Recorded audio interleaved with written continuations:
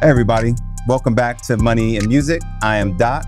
Today we're going to be listening to some heavy hitters in the finance and music industry. If you can buy a soda, you can invest. We own hip hop, but we don't own rap music.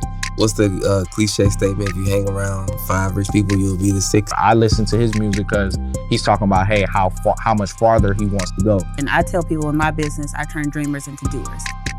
Welcome to Money and Music. This is Doc Fuller, and today we have a certified financial advisor, somebody that is a good friend of mine and has a wealth of knowledge to actually educate you all. So today I would like to introduce Chawn Payton. Chawn, thanks for coming out, bro. Doc, I appreciate the invite. Yeah, man, I couldn't do this without you, man. Chawn, we connected some months ago, right, in regards to financial literacy. Mm-hmm. And you've been a panelist helping us out with our nonprofit efforts in the community. Mm-hmm. But give me a little background for our viewers today. What do they need to know about Chawn Payton? Well, I'm a simple guy from South Georgia. Actually started out with an engineering degree within the finance industry, and over time, just developed a love for money and financial concepts. And I'll start with a brief story. So I was working corporate at a job, just came out of college, and I had a supervisor. Mm-hmm. He was a Caucasian male, maybe 2 years older than me. And we were talking about, I can't remember how we got on the subject, but it was around high school graduation. And he said, Chawn, when I graduated high school, my dad asked me if I wanted $500 of cash or $500 of stock. Mm-hmm. And he said, I chose the stock, and now it's worth $2,500 today, 4 years later. And so in my mind, I'm thinking, if my dad would have asked me that, I would have chose the cash, right? Probably bought some Jordans. Immediate gratification, yeah. Right. And then money would have been gone in a month. Mm-hmm. But on the surface level, there's no difference between he and I. Mm-hmm. I'm going to be right where he's at, making the same amount of money. But on the back end, he's already ahead of me because as far as building wealth, because of the mindset that he had back in high school. And so from that, it just kind of led me down this path of being educated and just kind of learning all I can, hanging out with the right folks. And that just kind of led me to ultimately where I am today. Mm-hmm. Just teaching and educating people and actually helping them implement, financial concepts and solutions. So you were recently recognized 40 under 40, right? I was. Tell me about that. Well, in the industry, the title comes from the Atlanta Business Chronicle. And if they see you doing well, you're hitting certain metrics, meeting with, certain amount of people, they give you that honor. And just to think about all the people in my industry in Atlanta that do what I do, that's under 40, and I'm the top 40 under 40. So I feel great about that. And I appreciate it. Yeah. It feels good. I love that. So what did that path look like? So tell us a little bit more about what a certified financial advisor does. Right. So there's a lot of information on the internet, mm-hmm. and you can Google almost anything.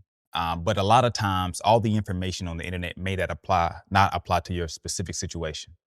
And so for me, based on my expertise, licenses, and education and knowledge, it's taking essentially the information that's out there and boiling it down to a plan that is catered towards you, mm-hmm. centered around paying off debt, buying a house, buying a car, investing, retirement planning, life insurance, estate planning, trust. That's stuff that nobody tells you in school, right? They don't teach you that stuff. Exactly. Exactly. So my job is to take everything that's out there, make it simple, and mm-hmm. cater to you from a financial standpoint. So like, what do your clients look like? Because really, our program is focused on teenagers, young adults, right? Mm-hmm. So what do you know as a certified financial advisor that can help the next generation to get to where they need to be? Like if you can go back, mm-hmm. right? Mm-hmm. What are the things that you wish you would have known way back that you know now?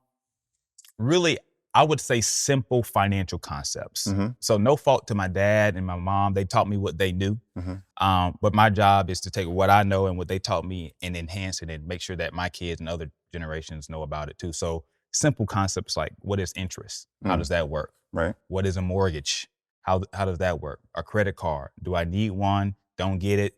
Why don't I need it? How does it work? Oh, I have to pay the money back? Yeah, oh, I didn't know that. Just simple things about life. Because, and then also allowing them to essentially shift the mindset from being a consumer when it comes to money, but then also move it into a different mindset of being more of an investor, or how can I make this money or this income that I have work for me? Yeah. And I think it starts with the mindset, right? So it's really just letting them know what's possible and giving them a different way to think about money in general and how to leverage certain financial concepts for their benefit. So if I had to tell somebody younger, I would say, find some program or avenue where you can learn and educate yourself, and might find a mentor or some professional that can just pour into you to help it cater that information to you specifically. All right. So for any of the viewers out there that's tuned in, maybe you got to find that mentor, right? Like somebody like Chawn, 40 under 40, 35? 35 years old, right? Yeah. And so you touched on something like really important, Chawn. You talked about ownership versus like consumership, right? Ownership over consumership. Can you expound on that and elaborate a little bit more why that's important? Absolutely. So the analogy I like to use is, well, kind of going back to the education system. For me, there was a linear path that they told us to go, right? You elementary school, high school, college, you work for somebody. Right. But although that is a path, it might not be the path for you. There's other ways to essentially be successful in your eyes. And so ownership, being an entrepreneur and owning the corporation versus working for a corporation, not only gives you more time potentially with your family, but it creates more generational wealth that can be passed down to the next generation. So if I own a bakery and I'm doing very well in the bakery, and my child wants to be in the culinary arts and wants to kind of follow my footsteps, he doesn't have to work as hard as I did. I can just give him the fruits of my labor, and essentially he's starting at a different level that he can then level up for the next generation. I think sometimes in certain cultures, it's what the mindset is. I worked hard for what I got, and so I want my kids to work hard for what I got. But when you look at other societies that I've studied, it's kind of, well, I did all the hard work. Why should I want my kids to suffer like I did? Real talk. Let me help them, right? Yes, and indeed. then kind of Yes, so. indeed. And I made a big circle, but ownership and owning a business, or owning a house, or owning land, or owning stock, right? The ownership is yours, and you can do whatever you want to with it. You can use it for your own benefit, but then also pass it down and to the next generation. So I like telling the youth, and Chawn, I have 4 kids, ages 5 through 22. My 22-year-old, she's here with us today. Okay. Autumn, but like a lot of this, we talk about ownership, right?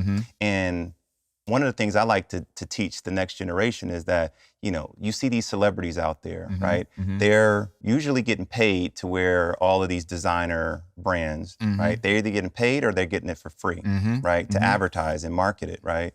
And so I like to teach the next generation. I say, you want to be a boss, right? You want to be a leader, you want to be a CEO, buy the stock that they're promoting. That makes you their boss and them your street team. Yep. You know what I mean? Yep. And so I think that's my message. I think, what do you think about that as far as like stock ownership versus just being a consumer of the product? I agree with that 100%. A lot of times kind of talking to the teenagers and the kids, they often wonder, what should I invest in? I said, well, just look around your house, right? You got an Apple Watch, you got an Apple phone, Yes, indeed. you got a Microsoft computer, right? You got all these different products that you use on a daily basis. Start there. And then once you buy shares of that company, you can officially say, I own part of Apple. I own part of Microsoft. Right. And that's a powerful statement, Yes, indeed. as someone who's 10 years old or 11 years old, So I agree with you 100%. Ownership, not only looking at investing or products from a consumer standpoint, but just owning the company. If you use Apple, buy the stock and then own it. Yeah. And it's going to do well because people are constantly buying Apple all the time. So if you love it, there's probably millions of other people that love it, right? Exactly. Yeah. Exactly. So I agree with exactly what you're doing. I think that's phenomenal. Yeah. Phenomenal. And so like mindset that you talked about, right? Having that mindset of thinking about ownership, right? Being a boss, stock ownership. What are some other paths to you creating that multi-generational wealth that you discussed? So I kind of boil it down to four areas to generate wealth. The Mhm. first is, investing in the market. So stocks, bonds, mutual funds. You think about Warren Buffett and some of the bigger players, that was their avenue.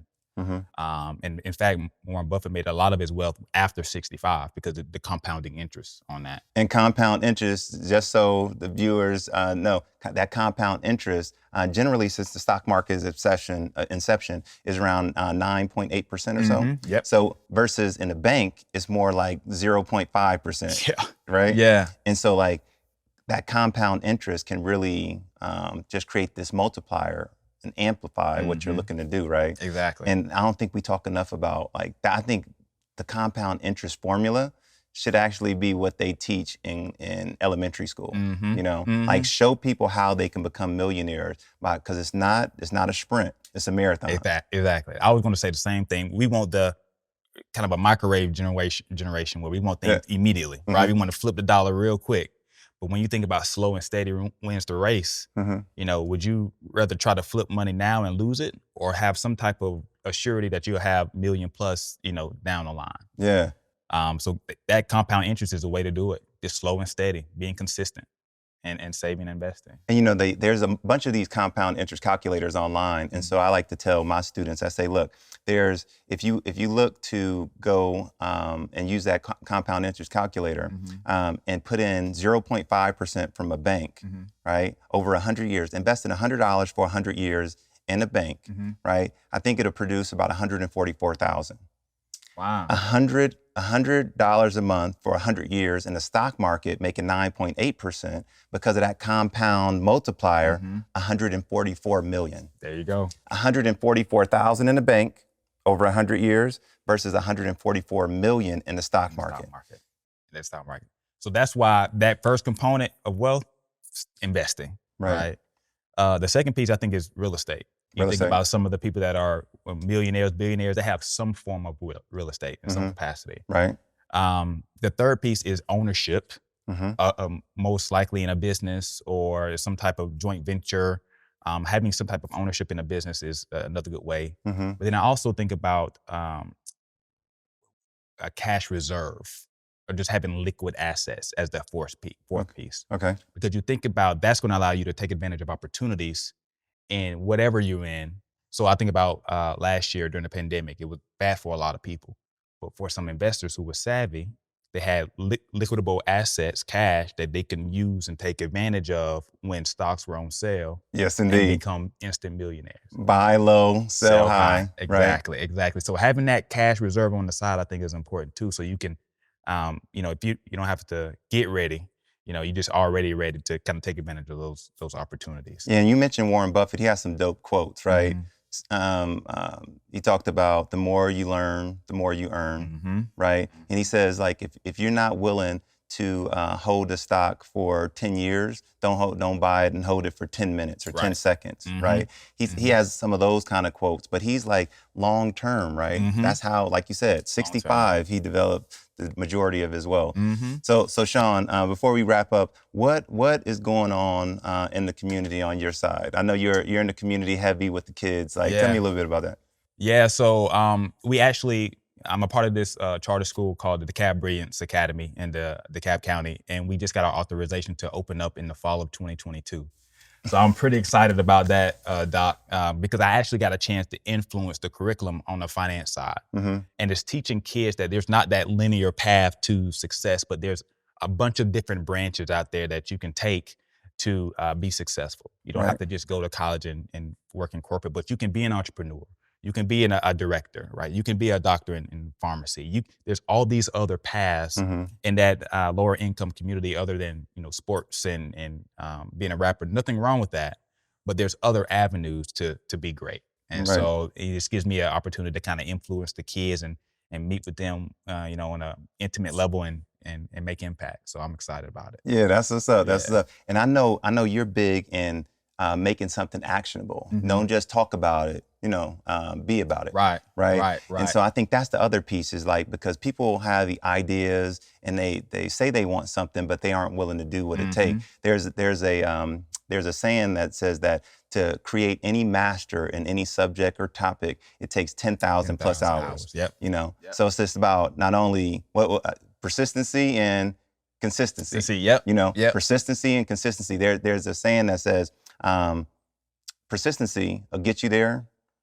Consistency will keep you there. Yeah. You know what I mean? Yeah. So, man, I just I appreciate you coming out, bro. You know, Nah, I'm always anytime, learning. man. I'm always learning. I like to surround myself with people that are smarter than me, and that's what I challenge our students as Right. well. Yeah. And so, for our viewers that's watching this right now, just know that you have to surround yourself with greatness. And Chawn is part of that greatness. Oh, I'm honored. Chawn is younger than me, but he has way more jewels around finance, right? I don't have all the answers. I'm like Sway and Kanye. I don't have all the answers. I don't have all the answers. But like, I go to people that do have the Right, answers. So right. Chawn, thank you. I appreciate you coming out, bro. This is anytime. huge, man. And yeah, I look forward to staying in touch, and we're gonna connect soon. Yeah, absolutely. It was a pleasure. Yes, sit down.